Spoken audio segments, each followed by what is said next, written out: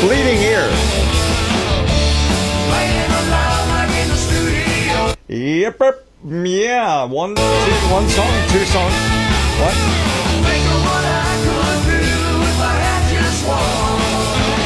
How about two? Album side? Yeah. I just want to hear my songs on the radio. You know who did that song? Our guest this morning. Yeah, Brad Mercer, Radical Bradford. That's his song.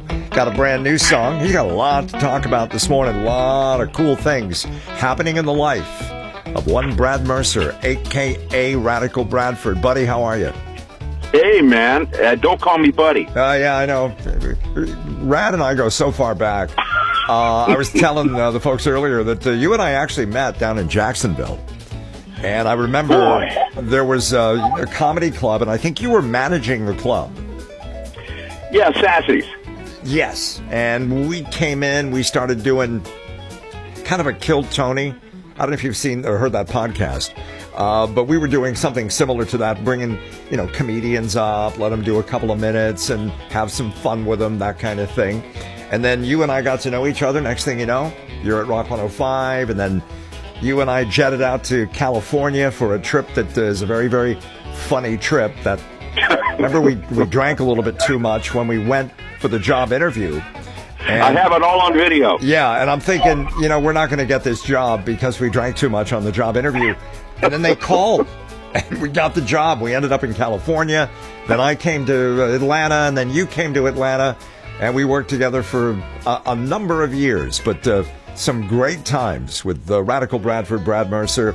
And Brad, I can't be happier for you. Things going real well for you. You never know in this business. It's so weird. And, I've been doing it all my life. I've been in the music industry all my life. And the radio thing, the comedy thing, all that kind of just happened. But my first love has always been music and recording and writing music, and not to become a big star anymore or a big radio guy. Yeah, but it wouldn't hurt. No, it wouldn't hurt, but it was just the fact I have the passion to do it. Right. Yeah, you've always had that. Yeah. Radical Bradford is one of these, Brad Mercer, one of these guys that, like you said, he can do comedy, he can act. You got a couple of songs that are going to be in movies, right? I do, and I'm writing one right now for a brand new movie we just got the green light for. It's the story of Bob Perzicki, who is known as Bob Perry, who was the greatest bowler in the world. And he was from New Jersey. And he used to launder money for John Gotti. Oh. And yeah, but the guy would bowl 900 series without fail. You give him a bowling ball, 300 game. But a drug addict, alcoholic, sometimes couldn't bowl unless he was high. And the story is just amazing. Yeah. It's a true story. Right. And I just wrote a song called "In the Pocket," which got picked up. Oh, cool.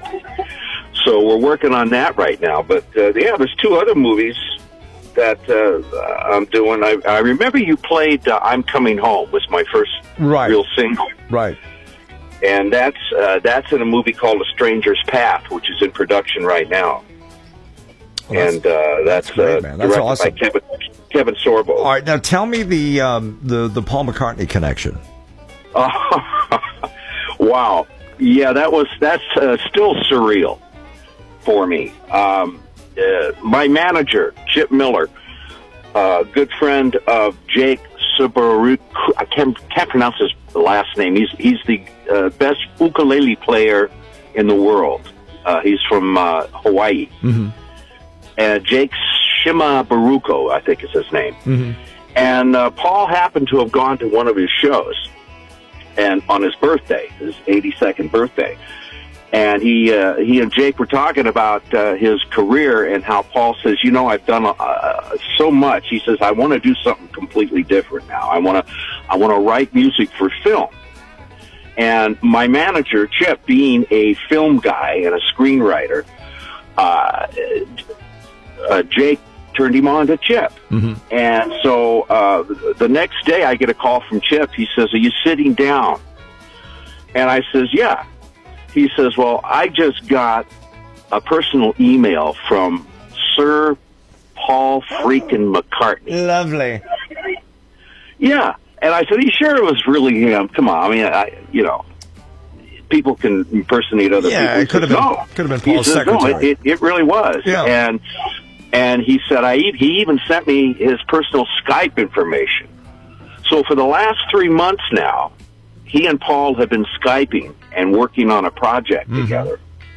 Oh, that's neat. And thinking about doing some stuff. And they even scheduled a kind of a little get-together at Paul's place out here in California.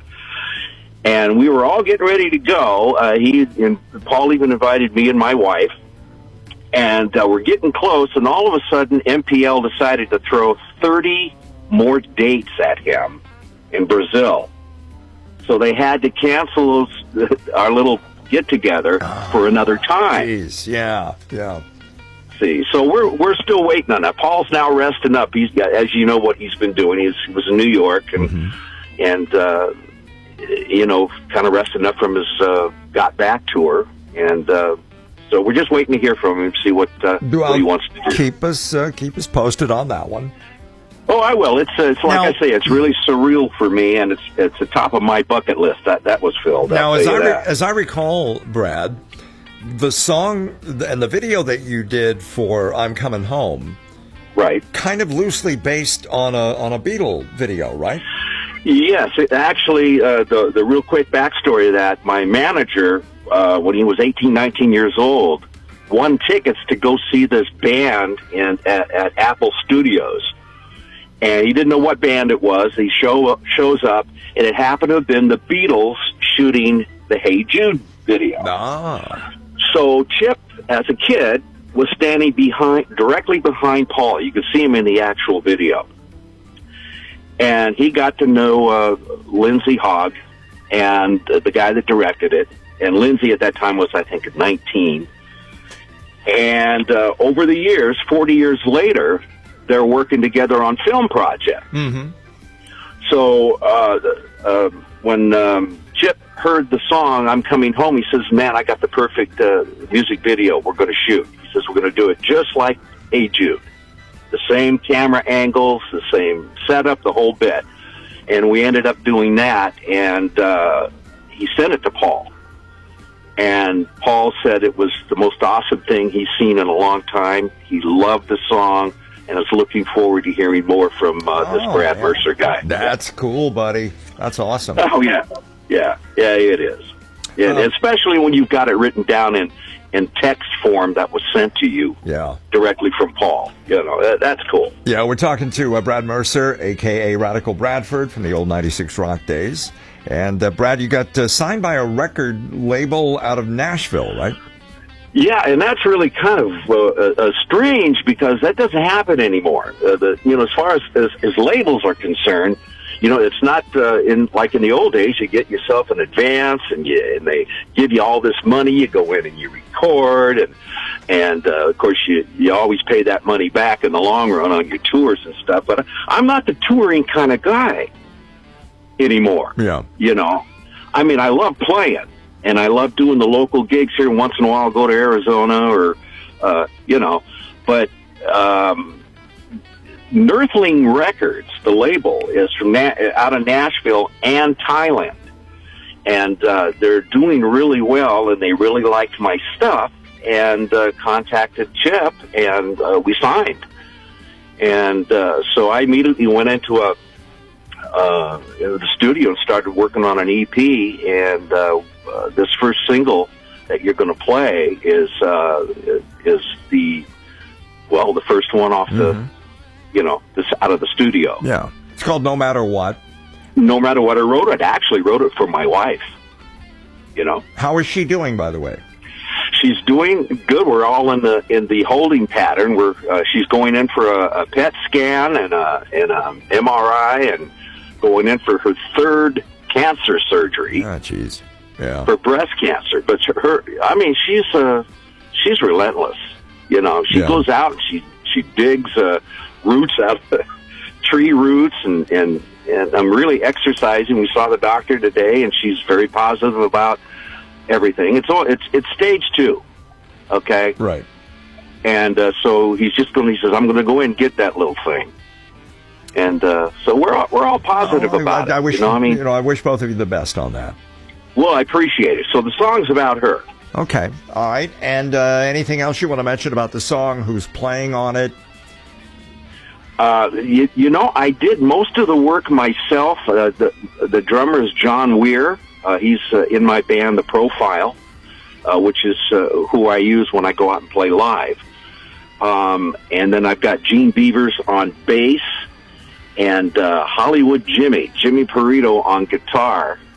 And that's the 3 guys I have with me. It's a 4-piece band. Okay. But I ended up doing all of the other stuff you hear on that record, and even the horn sections.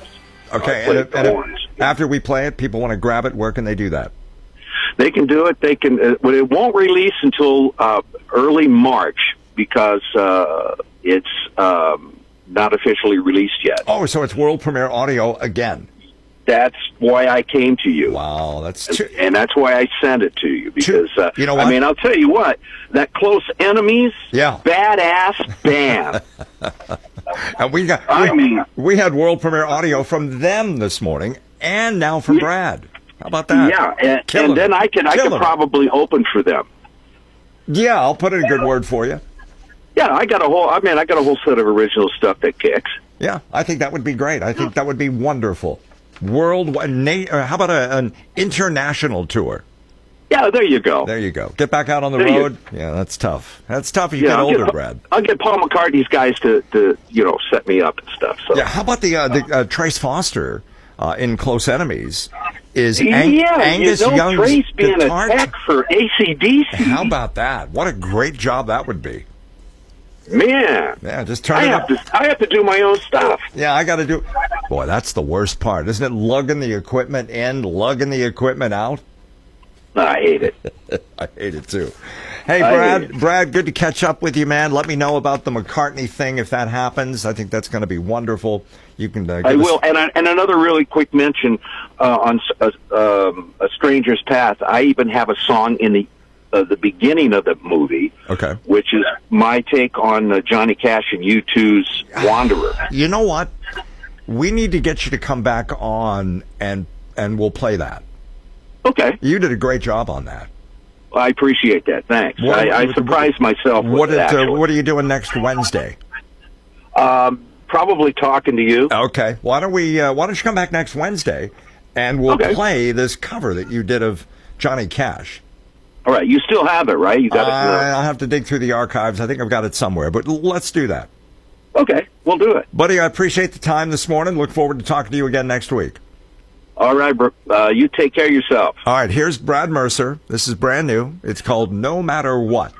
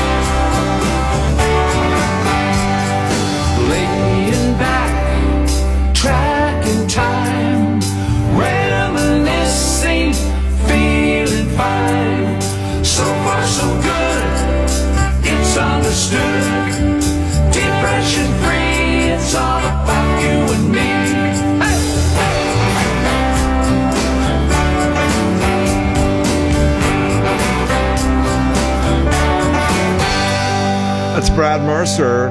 It's called No Matter What.